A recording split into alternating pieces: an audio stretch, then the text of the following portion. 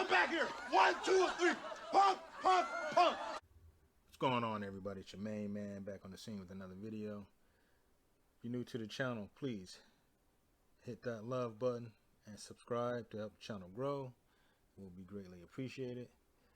Let's get to it. There's a book out called Man Crisis by brother Sean James. And this pretty much is an example of what he's talking about. The book is on Amazon, so I recommend pick up a copy. Help the brother out, spread the wealth. Now this article here, and I have another one.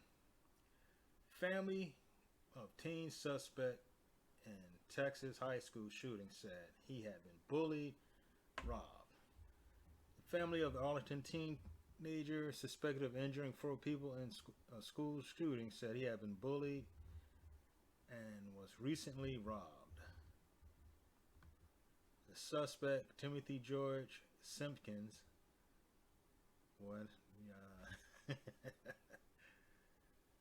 Red Pill community will have a field day with that name. 18 was arrested Wednesday on 3 counts of aggravated assault with a deadly weapon after he allegedly opened fire at Timberview High School. He turned himself in to police following an hours-long manhunt after he fled the school. Simpkins was released Thursday after posting bond. A 15-year-old boy was critically injured in the shooting. Let's skip through that. Yeah, it's the juicy part. Arlington police said the shooting may have begun with a classroom fight, but did not reveal a motive. A witness told investigators that Simpkins had gotten into a physical altercation with another boy, according to the arrest affidavit. The witness broke up the fight, and the second boy ultimately gave up and stopped being combative, it states. When the witness turned around to check on Simpkins had produced a firearm, according to the affidavit. Upon seeing the firearm, the witness turned to run out the classroom. So, and I saw the video, so it looked like he was getting whooped up by this guy that was bigger than him.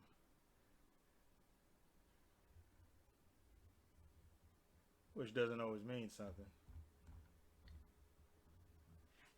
I've seen big dudes get torn to shreds by smaller guys. It's punk stuff on both sides. Because when I was a kid, you got in a fight with somebody. You practice, fine-tune your skills, and fight the guy again. You didn't go shoot the guy. And this bullying stuff they're talking about, yes, it's bad, but it happened to everybody. You know, I got bullied, friends got bullied, and we bully people. Everybody got it. People cracked on you, made fun of your moms, your pops, you know, everybody got it. But we fought with our hands. You know, between classes, you know, you had a problem with somebody, take it in the bathroom, you go in there, you fight, go to your class. I see you at the high school, after school. You fight, you might fight like 2 or 3 times to see who's the better fighter. But you lived. Same guys I used to get into fights with in high school, as grown men, you see me in a bar a few years later, say, yo, man, I haven't seen you in like 5 years, man, let me get you a drink.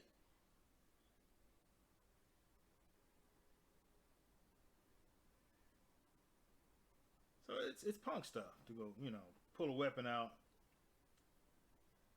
and start blasting. Get your fight game up. On the bully side, you're a punk. You are messing with someone who's scared of you, who can't beat you. So where's the challenge? There's no challenge in that. It's punk stuff. There's too many punk boys out there these days. And it's just gotten worse. With all this woke nonsense toxic masculinity. It's more like toxic femininity.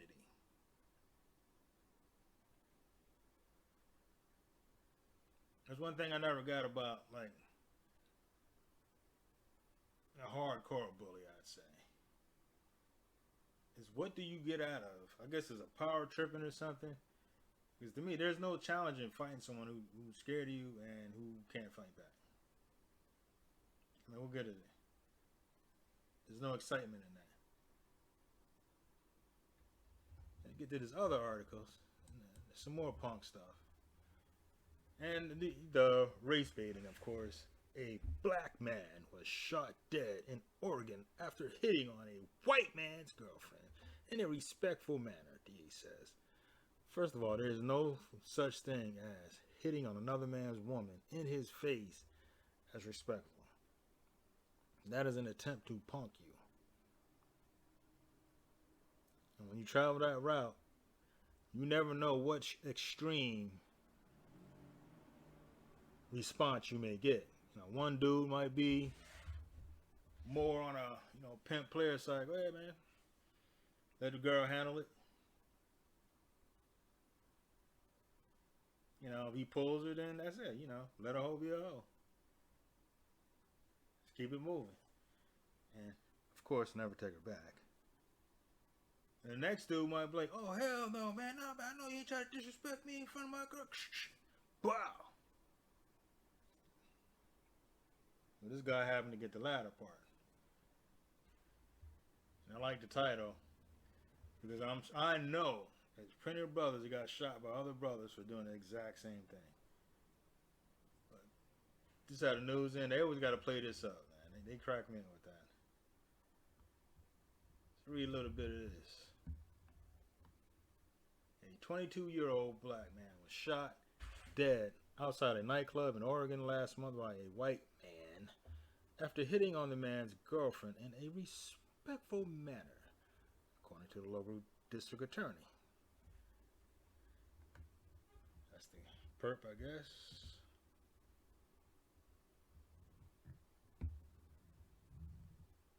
Barry Washington Jr. was fatally shot outside the Capitol nightclub in Bend, Oregon at 12:11 a.m. on Saturday 19th, according to the Bend Bulletin. Ian Mackenzie Cranston, 27, was arrested on September 30, and I guess this is Deschutes County grand jury indicted him on 6 charges connected to Washington's killing, including second-degree murder, first-degree manslaughter, second-degree manslaughter, first-degree assault, and 2 counts of unlawful use of a deadly weapon.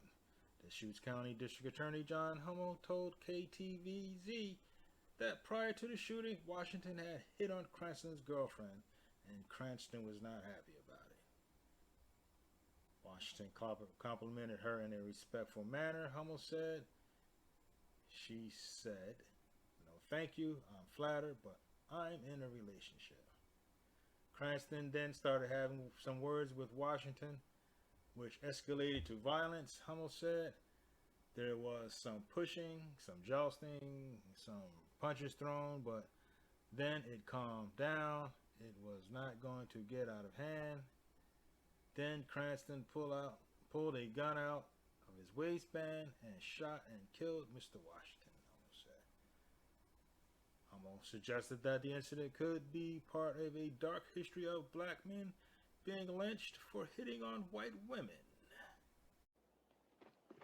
Hey, where are the white women at?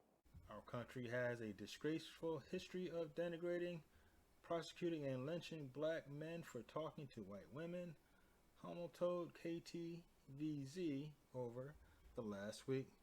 Literally, hundreds of people called and emailed me to remind me of this history.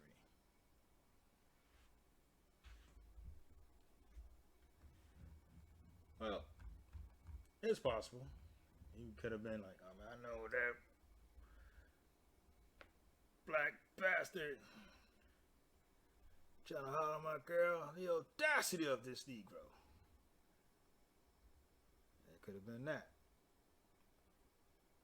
Or it could have just been I know this mofo ain't trying to hide on my girl in my face. Because there's been two brothers involved. Let's say he walked over and tried to holler at Raheem's or Ray Ray's girl, and they got mad and capped him. You wouldn't have heard this story. But since there's a possibility of race involved, they gotta put it in the headline.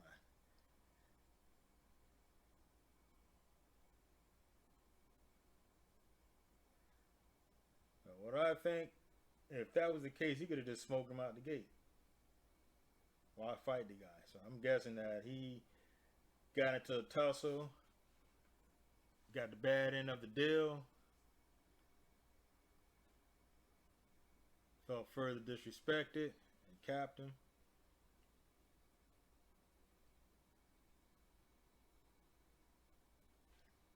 But I don't see anything in here about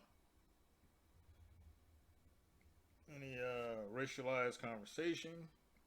So who knows what that man had in his mind. I wouldn't rule it out completely, but I'm thinking more it's you step to my girl and whoop my ass in front of her, I gotta shoot you. But this punkness on both sides, because first of all, you don't do that. The chick is with another man, leave her alone. There's billions of women out there. Go holler at someone else.